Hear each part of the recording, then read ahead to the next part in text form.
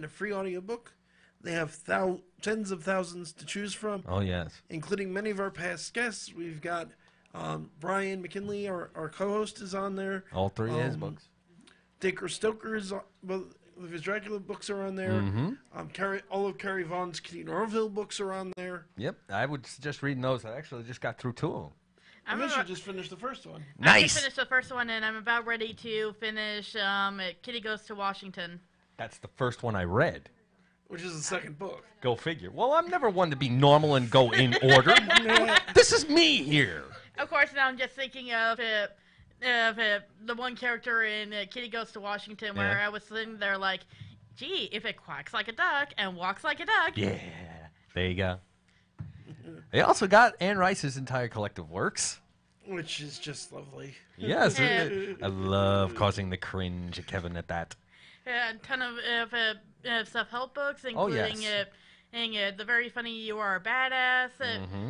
So several of other ones I would highly recommend. They got plenty of reference materials out there for you as well. And you want to know what? The cool thing is that if you don't like it after the trial, you get to keep that free book.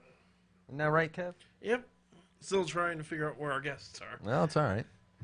But for those of you who don't know, I would definitely recommend checking out the Non Sequitor Show. I was just on there this past Tuesday. Steve and Keller are both good guys. It was a good interview, a lot of fun. Any debate?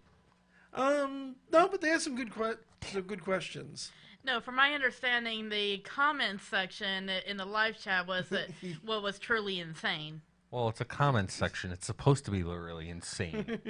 Yeah, but there's certain different types of insane. Like, in some people's live chat, as I've noticed, it's insane in that people will never shut the hell up. Of course, but and that's a given. You really want to yell at them to shut the hell up because nobody can read all that random stuff that they're posting. I can. Dang it. Challenge accepted. And then you but not everybody is you. And then you got somebody like Linkara's live streams where the live chat is mostly people making weird-ass jokes. Of course. But I also want to say, and I think they're was partly responsible for this, we're up to 489 subscribers, which is awesome. Yes. I mean, we're getting seriously close to that 500 mark. Which means we might want to start figuring out what we're going to do for the 500 subscribers. Shut up. Shut up. 4,000 for the wing challenge. No, it was not 4,000. It was 500. No, 500 was something to do with Kevin going into a dress. No, that was that was 1,000. That was 1,000. The wing Thank you, challenge Beth, is the 500. producer. Our producer has insinuated and now has laid down the law. Kevin will be in a dress at 1,000 subscribers. We figured that out ages ago. I think she just spoiled the surprise. Screw that. I think I even went on my phone and immediately started looking for fashionable dresses for him to wear. Not for nothing, the thing is that I think this would be great incentive for you folks to like and subscribe to the channel to see him in a camisole. Huzzah. And you're seeing a problem with this. Which is funny. And if you're on YouTube, be sure to click the little bell icon. Yes. And so it goes ring, ring. You'll get some notifications from us as well. Now, also, I mean, the thing is that if we hit 500 subscribers on YouTube and we maybe, I don't know, breach about 1,000 viewers for this Facebook video, I might actually do the Hot Wing Challenge then. No, you said you'd do it at 500, which means I'm saying whichever we get first. Just saying. You know, because we're 14 subscribers away on YouTube before we hit the 500. 14, okay? If we hit... 11. Is it 11? 489. For some reason, I thought you said 484. No, 89. Okay, strike that. Clean the wax out of your ears. Nope, I can't math when I don't have coffee in me. Now, if we hit 1,000 likes and views on Facebook for this particular video, I will do it. Whichever happens first. Fair enough. Whichever happens first. Does anybody know the effects of coffee on spiciness? Yes.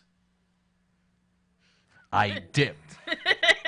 I dipped a ghost pepper chip in black coffee and ate it. It was glorious. He took a potato chip and ate it. And I ate it. And I loved it. And then my butt paid for it. I think Ig Baron doesn't get the reference. I have no idea what either of you are talking about, so... You should know what I'm talking about. Pain, misery, suffering, and agony. Yes. I was talking about Death Note. Well, no, you see, you're talking anime. Guess what happens to me when you mention anime? This is what I hear. Oh, no, I would highly recommend it, though. It's a very, very good one. See? Let me put it this way. Kevin doesn't like anime either. He liked that one. It's not a question of like or dislike. You're talking to a person here that watched the original Akira, loved Vampire Hunter D, Robot Carnival, Gundam, as well as the original Ghost in the Shell. But you'll never hear me see anything that was made past 1992. You know why? Because it was made past 1992. Because you're a grumpy old man, apparently. Yes, very grumpy. Because the actual plot devices started to suck. Yes, thank you. I would highly recommend that one. Well, I'm sure I will like it at some point, given a time or another. In the meantime, I will continue to look like Nicholas D. Wolfwood. Death Note is good. Vampire Hunter D is great. Amen to that. Slayers was a lot of fun. The band, Raining Blood. Yes. Hellsing. Which one? No. There's only one reason why I won't watch Hellsing. They got their own version of Alucard, and the only true Alucard is Castlevania. Damn it. I don't know. Their version of Alucard. No. Now I'm just thinking of the sad But it's thing not that... really Alucard, it's just Dracula. Yeah, you see, and no. Yeah, now I'm just thinking of the sad thing that the abridged series just finished. Okay, it's anime related, so... It's the Bridge series, so extra... Actually, their version of him is more French than the actual OVA. Quoi? I'm sure. Oh. Huh. I just didn't care for the I'm sure, because when all. it comes to them and abridging, they tend to do their homework and be funnier and more authentic. You know what? I'm a charge of my laser. Anyways. And I am wondering where our guests are. Some sort. I'm assuming. I think they're. You want to? I don't think there's so much guests as they are concepts. Did you say EST? Yes, I said EST. We actually covered this, folks. Like earlier on, before we went on, we were like saying, "Did he say EST?" But in either case, shape, or form, could you email them? Will you do the email? I have emailed them. I have Facebook messaged them. Well, you know what? I mean, the thing is that it's not like we can't sustain on our own, because I can look at you like a chucklehead and consider it the first show of the new year. Too many people are talking at once. What's up? Keep the show going, though. Well, yeah, we're not going to stop. We're here. I don't stop. Have you not met me? I don't stop ever. I keep going and going and going ad nauseum. Anyways, Kevin, I actually discovered something interesting about the paranormal. Okay. Yes, you might actually be able to confirm. What? It's something called a time slip. Have you heard of this? Yes, of course. Okay. Now, the thing is that I believe we've actually hit into a time slip fairly recently. You mean it's happened It's happened... It has happened in the last 24 hours. How so? Simple. On the East Coast, we think that it is actually 3 hours longer than it actually is, because now, for some reason, the people on the West Coast think that it is a completely, totally different time. Hence the reason why our two guests have not called in. Maybe. There it is. Actually, how do time slips work? That is something since I've mentioned it. This is an interesting subject. Actually, my original co-host asked me about this once upon a time. Let's hear it. Because he wanted to know if I had... but what he meant and what I meant are two slightly different things. Okay. So, there's an instance that happened at Versailles. Versailles. Okay. Okay. Where a pair of women were there on a tour, on vacation, and they came upon a part of the grounds where a party was taking place. Right. And I thought it was very interesting because it was a period party, like as in the style, the clothing of the Sun Kings. The opulence at the best. Yes. Wait, 14 or 16, Louis? 16, the Sun King. That would be 14, monsieur. Oh. 16 was at the height of the freaking, like, they hated the sumbitch. But it was very much that time period. It was big, it was elaborate, there were a lot of people there. They eventually wandered back into the main part of it, and there was nothing like that going on there at the time. Now, it's like they just stepped back into a different time period. Now, I have heard that story before. The one minor variant I heard about that, though, and it's a debunker bit, okay, is that in order for them to be able to get to the area where they saw this party, they had to walk through the Hall of Mirrors.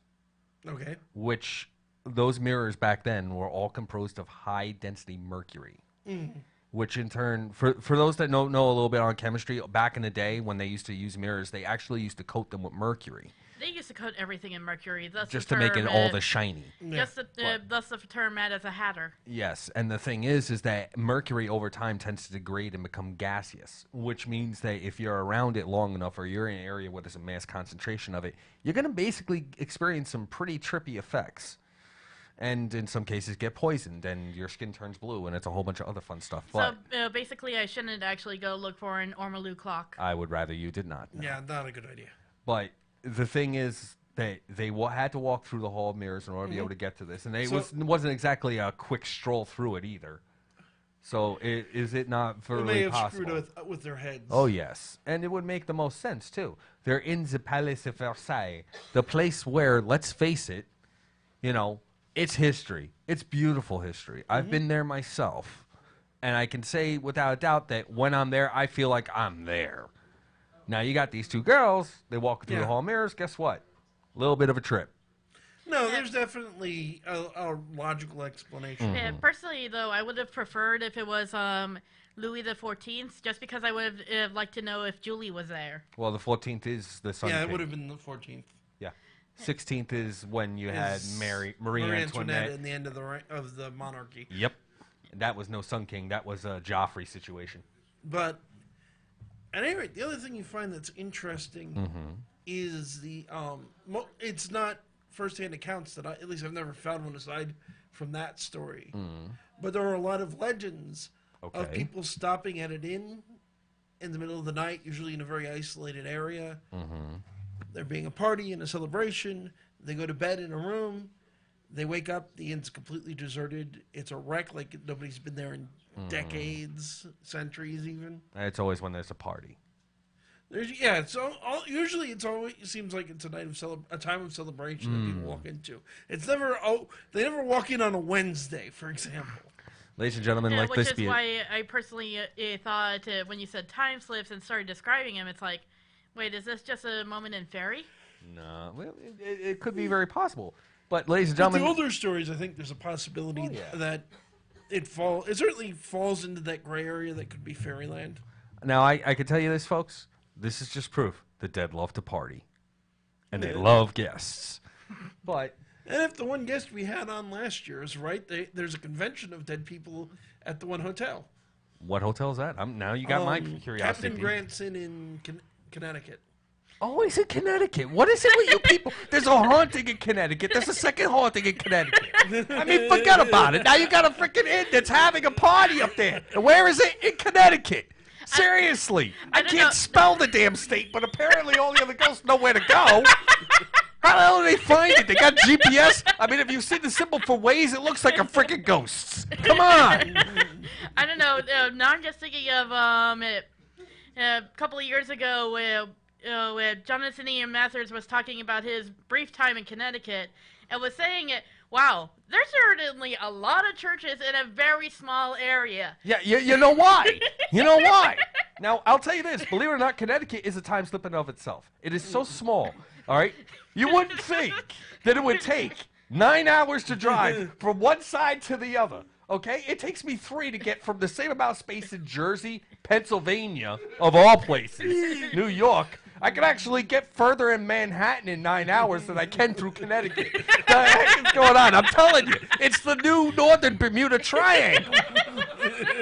It's ridiculous. You want to know what the thing is that you got roads that are like grids, okay? In every other state in the country. Then you hit Connecticut. And it's like that meme. It's like Connecticut because F you.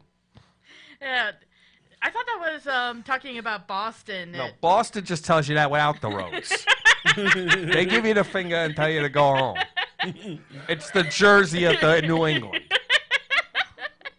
Plain and simple. See what happens when I don't have coffee?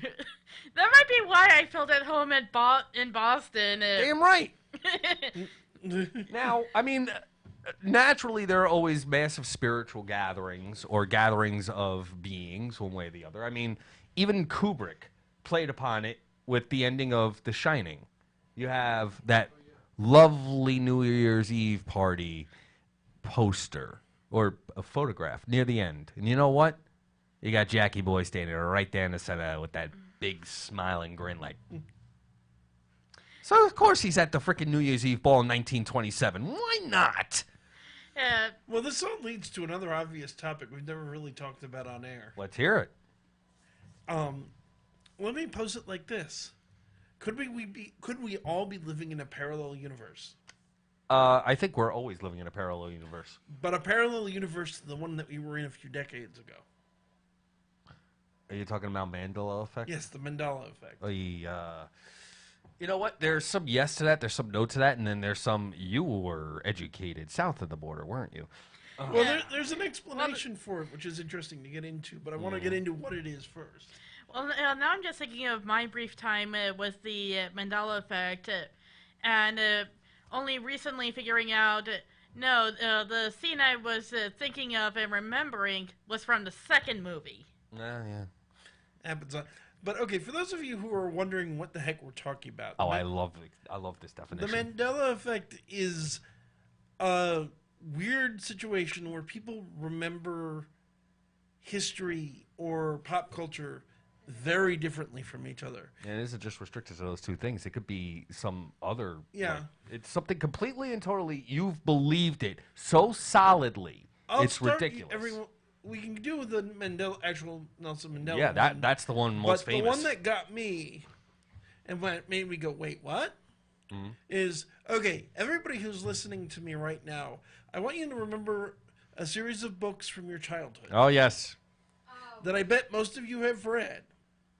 About a family of bears. Mm-hmm. Mom, dad, son, daughter. Beth is flipping out.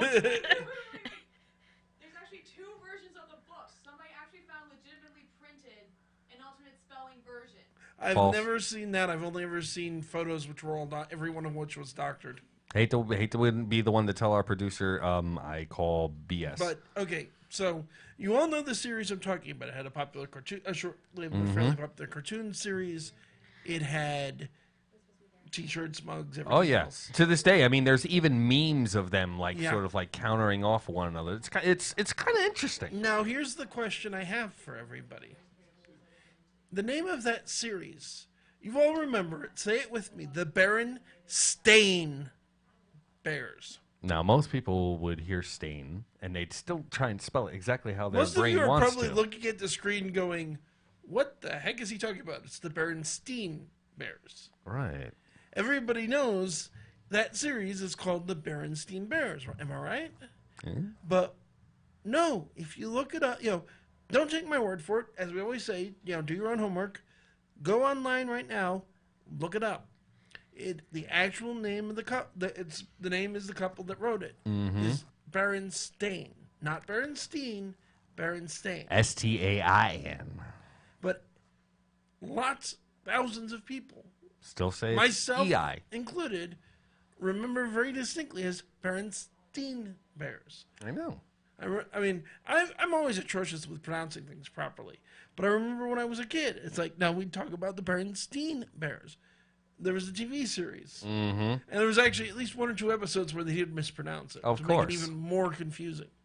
You can find pictures online, as Beth was talking about, of books supposedly with the wrong spelling. The problem is they're hoaxes. The pictures are basically the result of...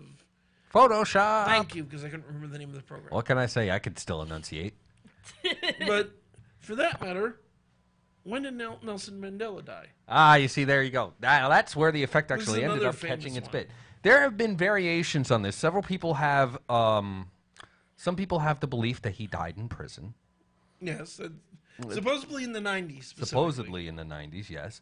You have others that say that he was actually only imprisoned for a couple of years, served as president, and then died. You've got people that are remembering him being assassinated. Yes. And then you have some people that don't even remember him being imprisoned at all. And the truth is that he was released in the 90s, served as South African president for a while, Yep. and then passed away. I'm looking up to specifically get when he died. Yes, there you go. December 5th, 2013. Yes, he passed away on December 5th of 2013. Yeah, I was just thinking of the James Veach scam emails. Yes. Where one of the ladies claiming to be his wife and saying he was going through a horrible medical condition. Well, no, duh. He just died. Dead. That's a pretty serious condition. I would say so. Death is one of those few conditions one cannot solve but once it's on set. So, and there's other examples. Here's another one. And here's what's really interesting about this one. Oh, I like this. The actor himself remembered the line wrong. Yes. Is the line, Luke, Oh, I here we am go. your father? Yep. Or is it, no, I am your father? Ladies and gentlemen, James Earl Jones. In Kevin form. James Earl Jones, in interview, has said that he remembers the line as, Luke, I am your father. Of course I remember it that way. How else was I supposed to remember it? See me doing it my way. So, based on that all sounds of more this, like Sean Connery. There's a conspiracy, and many more examples of these weird gaps in memory, changes, that we are living in an alternate universe. Possibly we've been through several alternate universes. Yes. The most common explanation I've seen is that basically when they switched on the Hadron Collider and everybody was convinced it was going to open a black hole that would destroy the universe, that it did. Go figure. But that somehow we were miraculously shoved into another universe. There's also apparently visitors from alternate universes that we didn't even know that, True. existed, like the man from Torrid. Right now I'm just thinking, people who watch that movie, it's like, how that line was set up. How can you think it was Luke, I am your father, with the way the line was set up? Well, yeah. It's also not the way you would speak it. They're in the middle of a conversation. That's what I'm saying. Yes, like Kevin, I am your co-host. But, no, I mean, there's several examples of this stuff out there. There was one time a woman actually said that she woke up one morning, all right? She woke up in her bed. She knew it was her bed. However, the sheets were different. She went and she got dressed, and she went to work. The thing is that when she went to her office, a different name was on the door. Immediately, the first thing that popped in her head is, am I being punked? Okay? Went to some of her coworkers. None of her coworkers knew who the hell she was. As a matter of fact, apparently she wasn't even in that department. They thought she was in a department 2 floors up. And on top of that, when she tried calling her husband about this, different person answered the phone. Different guy. Yes. It was not it was the weirdest thing. Apparently, the thing is that the man that she thought was her husband was somebody that she had divorced several years ago. So it was her husband, past tense. Apparently. But she has been dating somebody else since then, and apparently this person never existed.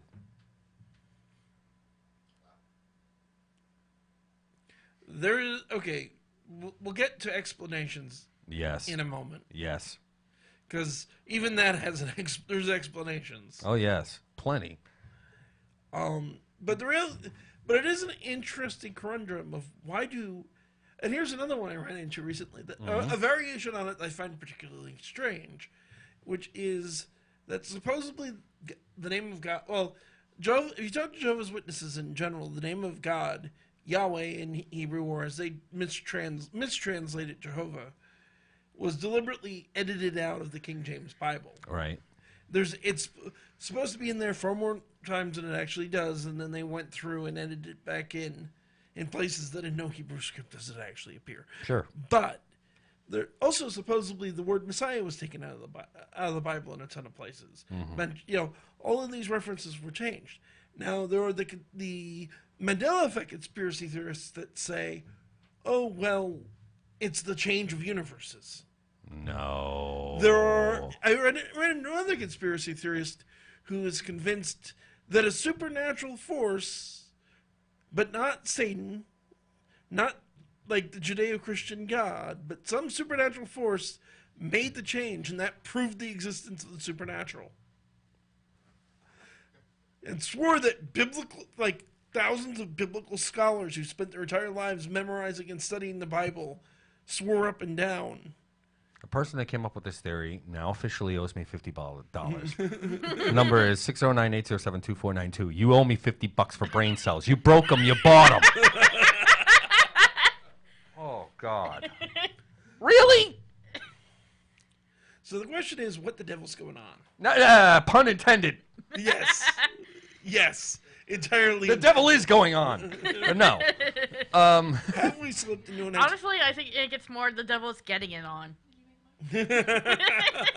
Now here's something rather interesting, twisted and sort of related.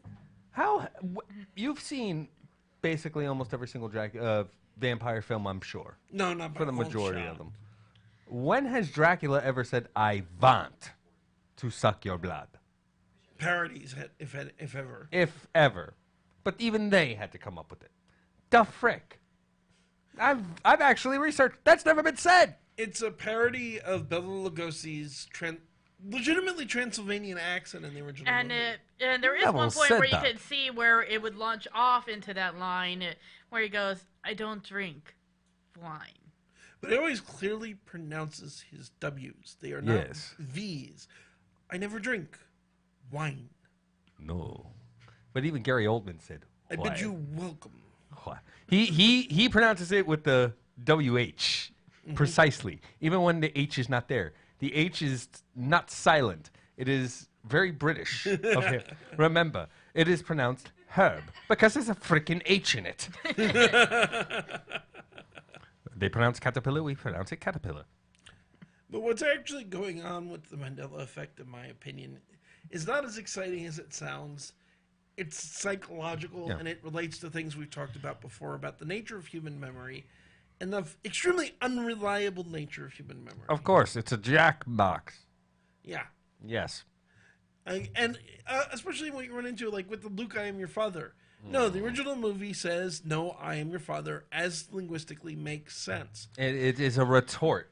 Many parodies say, Luke, I am your father. Mm-hmm. Because they don't have the setup to make that make more sense. Yeah, and people have confused parody with reality. And this is common across the board. There are tons of things in our popular culture that we associate iconically with certain situations, certain characters that never happened. Sherlock Holmes never said, elementary, my dear Watson. Correct. Did he ever say the game is afoot either? I don't remember. I don't remember. I've read the entire collected works. I don't think that's ever been said. For that matter, I think it's in one of the original episodes. Not episodes, books, written, it collected. may have been in one of the first movies based on it, One though. of the first series episodes from the BBC. Because the reality is Sherlock Holmes has been made into more movie adaptations than any human character ever. Yep. Dracula beats him, but only because he's not human. There you go. But Scotty never, William Shatner never said, beam me up, Scotty. Nope. Thank you for recognizing Star Trek with the consistent use of Star Wars. Thank you. What are some, I'm trying to forever.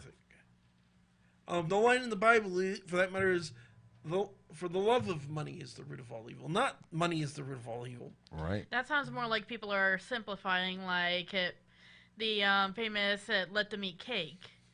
The full line is, "If they can't eat bread, let them eat cake." Correct. But she didn't say that either. She never said it. No, but the lie is that she said, "If they can't eat bread, let them eat cake." It's not simply "let them eat cake." True, but you still get the basic idea of the quote, whereas it's going from the love of money is the root of all evil to money is the root of all evil fundamentally changes the point. Correct.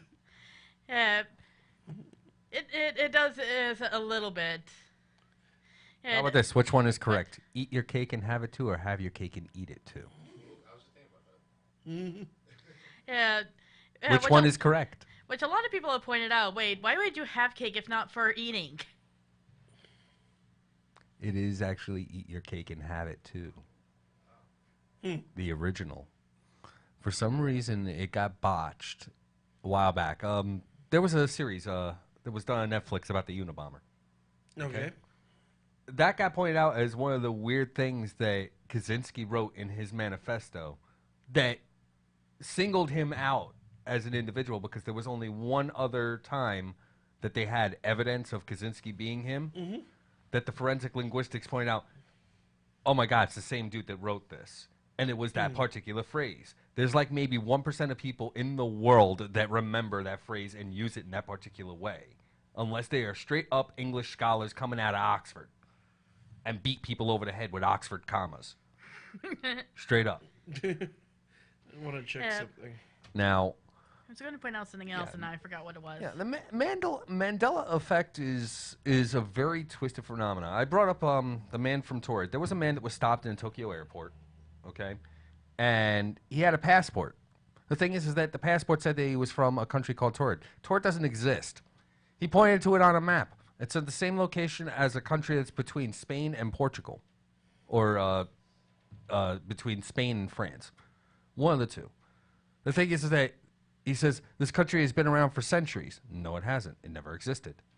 The thing is that he had, and I quote, proper credentials, passport, ID, driver's license, money from this country that didn't exist. Weird thing. He said he was there on a business trip. He had full documentation from the companies that he was visiting. The documentation was legit, but the companies don't remember ever seeing this thing or ever, like, we didn't have an appointment with this individual, Whiskey Tango. So what they did was they detained him in a hospital, not a hospital, in a hotel. They said, look, you can't leave the country right now. You're going to stay here overnight while we look this. And they put all the documentation and all the evidence or whatever inside of a locked box in a security office in the airport. The very next day, they go into the hotel room. He's gone, as well as all of his luggage. What's worse is they went to the security room where all that stuff was. They open up the box. It's empty. Interesting. Absolutely no evidence of him existing. And yet, the only thing we've got is the security report that a man from Torrid arrived, all this happened, and now we can't find him. The fuck? Yeah, so there isn't even security footage. Yeah, there is security footage. Oh, there is of this dude footage. existing. That is truly interesting that there is security footage. There's security footage of this dude getting detained. That's it. I'm going to have to look into this. Go ahead, the man from Torrid. I believe you. It's like, I'm interested. I want to know more. It's like it's one of the largest examples of what they call somebody coming from a parallel universe that visited. It's Taured.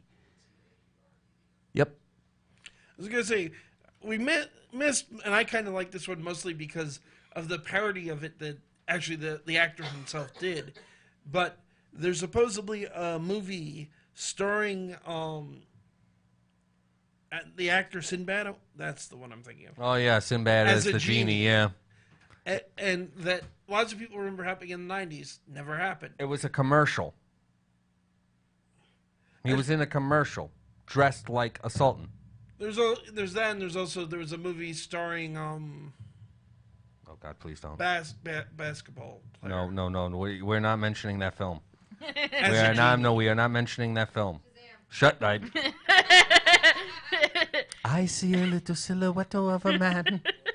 But the reason I find it funny is that Sinbad actually did a mock trailer for an 80s style genie movie starring him. Of course, so that he could say, now I did it. Now shut up and leave me alone about this damn movie that don't exist. Yeah, now I'm remembering, and I was going to point out, it is very interesting watching the Peabody and Sherman movie, and going, this has such an interesting relationship with history, and all the shit they get wrong, and then at the very end, and the little joke they put in was more accurate than anything else they did. And the next thing you know, you got Peabody basically looking at Sherman and say, shut up, you. Yes. But no, they had a scene where Some people went back in time. Washington carried back with him a dollar bill, showing it off to some ladies. Ben Franklin shot him down by sneaking up, showing him the $100 bill to steal his ladies. And I was sitting there like, yeah, if Ben Franklin had access to that $100 bill, that's totally what he would do with it. And then you had McKinley that pulled... Yes, Kevin? Okay, so for people who are wondering, no, our guests will not be joining us tonight. I did just hear back from Kyle Curtis. He has had a family matter come up. I'm not going. He was kind enough, and I would have just taken it was a family matter to explain why. But out of respect for privacy, I'm not going to say what. He's not going to be able to do the show this week. He's asking if we can reschedule for next week, which I believe shouldn't be a problem. And we'll talk to our producer. We'll talk to our producer, and I'll confirm with him later. Yep. But obviously, Kyle, if you do get a chance to watch this in the future, there is absolutely no hard feelings. Stuff comes up. If we can't do next week for whatever reason, we'll get you on here another time soon. Absolutely. There's only one reason I can think of off the top of my head why next week wouldn't be good. We'll talk about it off the air. Yep. But for the most part, should I continue the lovely little banter, Joe? Yes, by all means. But I then, just did want to let people know. It's understandable. You see, the thing is that McKinley actually decided to pull the proverbial unzip and by dropping down the $500,000 bill to tell everybody to shut the hell up and go the hell home. That's all. Now, back onto topic, as it were. There are other interesting paranormal gatherings of spiritual beings, as I'm sure. We have the Dance Macabre of the Dia de los Muertos, the gathering of the dead, as it were. Because we didn't finish talking about the one discussion. Which was the Mandela effect. The Mandela effect, yes. Effect. Oh, I thought we had already... I skipped getting into what it actually is. Well, it essentially is a mental break of remembering something different than it actually was.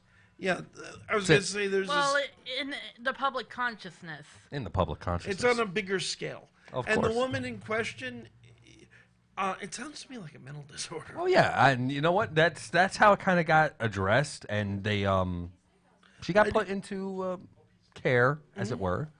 Yeah, it sounds like she could have simply just forgotten the last couple of years of her life. Yeah, it wouldn't be that far off. I did also want to say, okay, so there was a study done in 2010 of people that were familiar with the Bologna Centrale Railway Station, which had been damaged in the Bologna massacre bombing in 1980, August 1980.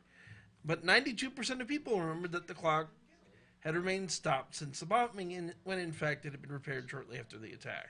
Go figure. Years later, the clock was again stopped and was then set to the time of the bombing in observation and commemoration of the bombing. The reality is, folks, memory is extremely unreliable. I think Adam Conover on an episode of Adam Ruins Everything put it perfectly. People think of memory as a recorder, that we perfectly record events. Baron's snickering can see, as a hypnotist, he knows how ridiculous that is. Yes, and considering I have memory issues too. I think it starts out as a photograph, and then we continually draw it again, and draw it again, and draw it again, and draw it again, and draw it again. So two things, because Amisha is 100% correct. One is that, as Adam also, I think, aptly puts it, memory is less a recording and more a Wikipedia page that anybody could just hop on and edit. True. And two, every single time you bring a memory up and remember an event, your mind changes the memory a little bit. Ever so slightly. It's actually a fun, because I've explained this to people when talking about the Mandela effect. I'm like, no, I have an excellent memory. Really? How could you possibly? But they think I'm insulting them by saying that, oh, your memory, you have this problem with your memory. It isn't. People don't have this problem because their memory is worse than anybody else's. Everyone has this problem. This is how memory works. The simple act of bringing up a memory out of your databanks, as it were, alters the memory. Of course, now I'm just thinking of the movie Inside Out and how I could totally believe songs cut in your head, it's just the memory department trolling you. Yeah, it sort of works. Or me. Baby Shark. Thankfully, I have no idea what that is, so... Good. Yeah, I only have, 3 or 4 references of that reference. I wanna rock and roll. What? What? Baby Shark. Yes. I have no idea what it is. I'm not going to look it up. The only thing I know about it is that apparently little kids like it. All right. Now. But, yeah, spirit gatherings. Yeah, spirit gatherings. There was, I'm trying to remember. There was something about a marching of the torches over the fields in Scotland. And it got attributed to being like swamp gas. Dang it. You see, this is what I'm talking about when it comes to memory. Okay. It's a Xerox of a Xerox of a Xerox. I don't know specifically that, but there is... It sounds to me like Fairy lights. the will-o'-the-wisp phenomenon. Yes. Which you get... No. No. So, in swamps, although it actually is also pretty common in graveyards, certain gases combusting will create weird-looking lights. Damn right. Now, there's stories from the Middle Ages that these will-o'-the-wisps are spirits, and that they're trying to draw you further and further into the bog to kill you. Mm-hmm. Not that the spirit will kill you directly, but basically they'll lead you into, well, not quicksand, essentially, or something else that you'll drown, you'll die, and now you become a spirit. Well, we all expel combustible Tommy knockers gas. are a similar phenomenon? Similar cause, I think, yeah. Because what Amisha's talking about is there's legends, particularly in coal mines, I want to say, of type of fae, or at least spirits, that'll make knocking noises. And it's usually hearing them is a sign of a disaster. And gases in the mine being released can make these weird sounds. And yeah, often enough... Which I'm wondering if that's also true for wetlands. Because sometimes when I go to our local state park, Eric, I'll notice that there's this weird knocking noise in the distance. There's no possible place that knocking could be coming from, so I'm always very curious about it. Let me tell you something. The thing is that if that much gas is being expelled, of course it's going to be a wetlands, and I think we all have a tendency to know what happens when things get freaking expelled and combustible. I'd slap you, but I don't want to hurt my hand on something as dense as your hand. What can I say? Thick-skulled, just as sharp, and I guarantee you I'll make an impact. Yeah. Oh. I do believe we've gone way past our halfway mark. Yeah, so give the number out again if anybody listening would like to call in. Yes, it is 609-807-2492. Please call in so that this way either A, I can continue to banter with Kevin and make him more and more frustrated, or you can attempt to try and banter with me, and then I'll make you even more frustrated.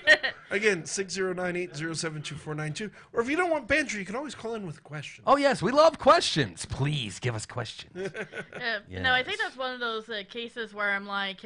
Is that a paranormal phenomenon, or is it perfectly rational and I just don't know what it is? It's Taco Tuesday at Taco Bell. That's what it is.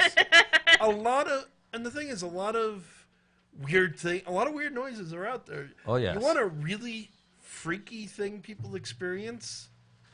Have you heard about the trumpeting? Is that when I try and pucker when I fart? No. No, I think I know what you're talking about. It's on a list of unexplained and except it's totally explained. Sound phenomenons. People all over the country have reported hearing and even recorded unexplained trumpeting sounds coming out of thin air. I ain't do it. It's not unexplained though. What it is, it's noise pollution. Basically, it's getting noise from or at least the explanation. But there's a lot of it's dirty noise. Okay, come touch your butt. There you go. This is the fart show really now. Weird phenomenon out there that we don't have explanations for. But this is generally considered by scientists. There's actually a series of art I did in my therapy based on some of these weird sounds. There's one that's actually famous that they still don't know about. Which one? Bloop. Actually, they do the bloop, know about yes. that. Yeah, the bloop. I think they finally figured it out. Yeah. Okay. Yeah, the bloop is one of the ones I find more fascinating. So, for those of you who don't know, the bloop is a sound that was picked up off the coast of South America by a series of underwater microphones set up by the U.S. to monitor for Soviet subs during the Cold War. Yep. The sound was picked up over 5,000 miles apart, and the cadence of the sound was consistent with marine life like whales. Mm-hmm. The distance of the microphones and the volume level of the microphone at the microphones that heard it would suggest that the creature that made it was larger than the biggest blue whale ever recorded by a pretty big margin. What really got the imaginations of nerds everywhere is the latitude and longitude at which the noise was picked up is not terribly far from the latitude and longitude that Howard Philip Lovecraft gave for Riley in his landmark story, The Call of Cthulhu. Yes, because a psycho-drunk racist knew exactly where things were. But the good author, but still. Yeah. The blip is actually explainable, is the bad news. Yeah. What's going on, and you can find it online. You know, look this up. It is a weird... Oh, no, there's lots of things that you can find online that, at the very least, is very interesting to listen to. There's a famous radio hijacking that is completely explainable in that it's a hoax, but it's very fascinating to listen to. Mm. Well, the most famous wasn't a hoax. It was an actual radio hijacking, which would be the Max Headroom hijack. That wasn't a radio. That was a broadcast. Yeah. That was a broadcast hijacking. Sorry. But there had been the radio legitimate... hijacking is, I forget what the station was called, but you'll listen, you'll hear But the classical problem is it's a hoax. It's the a problem is non-hoax. a hoax, yeah. Because the radio station they claim this happened to, before the broadcast gets interrupted, you hear classical violins. I looked up that radio station. They would not be playing classical violins at that time. They would be playing rap. But the giant difference there is that the bloop is not a hoax. It is a real sound. It is something we picked up that they debated what it caused it for years. The ultimate conclusion, because they compared it to similar sounds that we do know the origin, is that it was basically an earthquake, except instead of the earth, the ground, it was the ice on Antarctica quaking and cracking. That or the other common explanation is it may have been an underground volcano. Which is very likely. Or underwater volcano. Yes. Yeah, which now I'm just thinking of some of the other things you can find, like apparently it's locked up, but you can at least find recreations of a guy and his girlfriend being mauled to death by grizzly bears. In point of fact, they were videotaped, but let's... they're videotaped, but they actually put them in the bag, so only audio exists. Let's try to stick to things that are paranormal, or at least paranormal adjacent. Bears really aren't. No, but it is sad. Yes. I was going to say, on the weird things that are recorded out there that we can't explain... number stations. Well, they have been attributed to the UFOs. Or spies. Or spies, yes.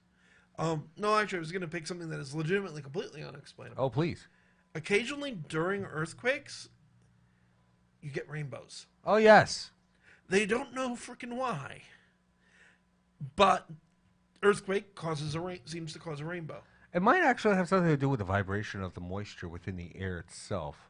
I mean, it's not paranormal per se, but it is. We don't know exactly. It's a phenomena. What it is. Let's just consider a paranormal phenomena because we can't necessarily explain it. It's something that is completely, totally out of the realm of plausibility. That's paranormal. I would agree. There's a whole host of things out there that are completely bizarre. I mean, yes. Another favorite of mine would be the Nazca lines. Oh, yes. Well, no, they explain that. Second favorite, actually. Because, yes, they explain the Nazca lines. There's the other ones that people don't talk about that, in my opinion, are more interesting. Because we have a pretty good idea of who created the Nazca lines. We know how they created it. The big question is why. It could very well be that they believe their gods did live in the sky and they wish to be able to pay tribute to them. We don't know for certain, mostly because we don't. It's a society that pretty much only had oral records, so there's no written records to refer back to, and they're long exception of the lines. Yeah. Well, they're pictographs, not. What I find more fascinating is things that they have an explanation, but still kind of sound weird. Like the translated sounds of Saturn, for instance, are particularly weird. It sounds like this long, exacerbated groaning. Well, that's more or less a signal. Yeah, thing it's a radio signal given off by the planet Saturn, which does happen. Yes. But no, every planet gives off a radio signal, but Saturn, weirdly enough, sounds like a long, exacerbated groan. Okay, the example I was about to give, that before I keep getting interrupted, is the one I find more interesting and much more amusing than any of the Nazca lines. Is the Cernabis giant. Oh, yes, the one with the giant penis, right? And you ruined it. What do you mean ruined it? I didn't think it was a surprise. No, most people don't know about it. Well, the thing is that I wasn't going to act like I didn't know. Yeah, but I paused for dramatic effect, and you just spout. You paused for dramatic effect, and of course I'm going to smash it to bits. So see the humor? Okay, so there are a series of pictographs similar to the Nazca lines, except you don't need to see them from the air. You can see them from a distance. Not in South America, but in England. Yep. The most well-known of these is probably the white horse, which is a carving on a horse on the side of a mountain. My favorite is the Cernabis giant, also known as the Rude Man, which is an extremely large figure of a club-wielding human male who is completely nude and sporting a clearly erect penis. Ladies and gentlemen, and thus we have learned of the first dick pic sent ever. What's interesting is we don't have any idea how old it is, except thousands. Dating seems to suggest thousands of years. I would say that was the last time it had a date. You're welcome. That's something we got to get into when we have Steve and Kyle on. Which is? They've been having people from the incel community on their show lately. Having formerly been of such, I would be very interested in conversing. Yeah, well, I'm going to talk. We're getting near the end, so I want to talk about them real quick. But the point is, there's a lot of weird things. If you guys want another real fun one, we'll have to talk about sometime. Look up the Voynich manuscript. Oh gosh, which you're only just beginning to decode. I've tried to decode that myself. And failed, I assume. Oh, of course I failed. Do you think I'd be sitting here talking to you if I had solved the manuscript? But they are starting to they started to break part of it. Okay, that's good, at least, kinda. For anyone who doesn't know, real quick, the Voynich manuscript is a manuscript, obviously, that was written presumably by most dating methods around the time of John Dee and Elizabeth I. It wasn't believed to have been in John Dee's. It was in the 1560s. Yeah, Dee was supposed to have had it. It is written in a language that doesn't. It's written in what clearly appears to be a language, but it is not any known language in the world. Mm-hmm. It has pictures of anatomical pictures, pictures of plants, pictures of stellar formations, some of which don't exist in this world, some of which do, with all clear labels, like it's a medical textbook or something like that. Nobody's ever been able to figure it out. After the Second World War, some of the best code breakers in the Allied forces all got together to try to crack it. They couldn't figure it out. Of course they couldn't. There's a variety of explanations that have been offered, from the plausible to the absurd, like that it's an actual Necronomicon. Probably the most likely, one of the more likely explanations I've seen offered, which was by my mentor, the priest, Father Brose, which was, if you look at it, the script is similar to phonetic script. Mm-hmm. And we know that there are various tribal groups in Europe that spoke a language that nobody else in the world understood. It was just unique to them. So his thought was it was a missionary or somebody who ran into one of these tribal groups and wrote down their language phonetically. But because no one in the world speaks the language, no one can translate it what it means. Naturally. And that tribe's probably extinct, so unless you find somebody else who speaks the language, it's unsolvable. For all we know, it could be an actual, real-world Necronomicon. But then again, you know what? My eyes roll so hard that I think the Earth just tilted on its axis. Dee was certainly a fascinating occultist who claimed to talk to angels. Nostradamus was better. Dee was more interesting. Michelle was better. I'm always going to argue that. Yeah. But we are coming up on the end. Guys, I do want to say again, since we will be having them on in the near future, I do recommend checking out the Non Sequitor Show. You can look it up. Kevin Mears Demonology. I was on there on Tuesday. They have a lot of fascinating guests, including people I wouldn't touch with a 20-foot cattle prod. I would love to get on their show at some point just to debate. I think they'd be interested in having you as a hypnotist, if nothing else. Oh, boy. But they have had creationists. They have had flat earthers. They've had a lot of flat earthers, a lot of young earth creationists. They've recently been having incels on. And some of these guys drag out some of the craziest of the crazy. Well, you want to know what the irony is that to the crazy, sometimes they're not crazy, and everybody else is. To them, yeah, but Yeah. Crazy's subjective. Well, sometimes crazy is just crazy. Like, I agree. There's no denying that, but crazy is subjective. Somebody who thinks that the only way to debate somebody is by shouting it through a megaphone. Of course. Now, one of the worst people they've had on there, a guy by the name of G-Man, who, yes, his response to debate is to shout down the person he's talking to, including using a megaphone on the air before. So he pulls a Lyndon B. Johnson on them. Yeah. Okay. Which clipping, asshole. Do you know what that is? I'm not. Yeah, I know. But we're not going there. But for that matter, this is also the jerk who has argued that slavery is justified because it's mentioned in the Bible. He's black. My head hurts. Yeah. I'm going to talk about our other sponsor. But let's get to our last sponsor so we can get going. Okay. Now you owe me $50. Folks, I'm going to talk to you about NordVPN. Now, I'll tell you this right now. A lot of us don't want our internet histories checked out. We don't want our bookmarks to be known. And some of us live out in places where we can't really access the internet without having to go through a number of blocks. And, we can't get to a lot of the stuff that we want to watch. NordVPN hooks you up with that. What they do is they provide their own form of encryption so that it masks where you're coming from. It could actually put you like you're somewhere else checking stuff out. There's simple rates, military-grade encryption. You'd love it to death. I guarantee you. NordVPN.com. I don't even think I need to say more. You could check out whatever you want. Nobody will know it. And you can go to anywhere you want. Nobody will know it. That's all. That's all you need to know. And the rates are simple. The rates are affordable. Check it out. I guarantee you'll like it.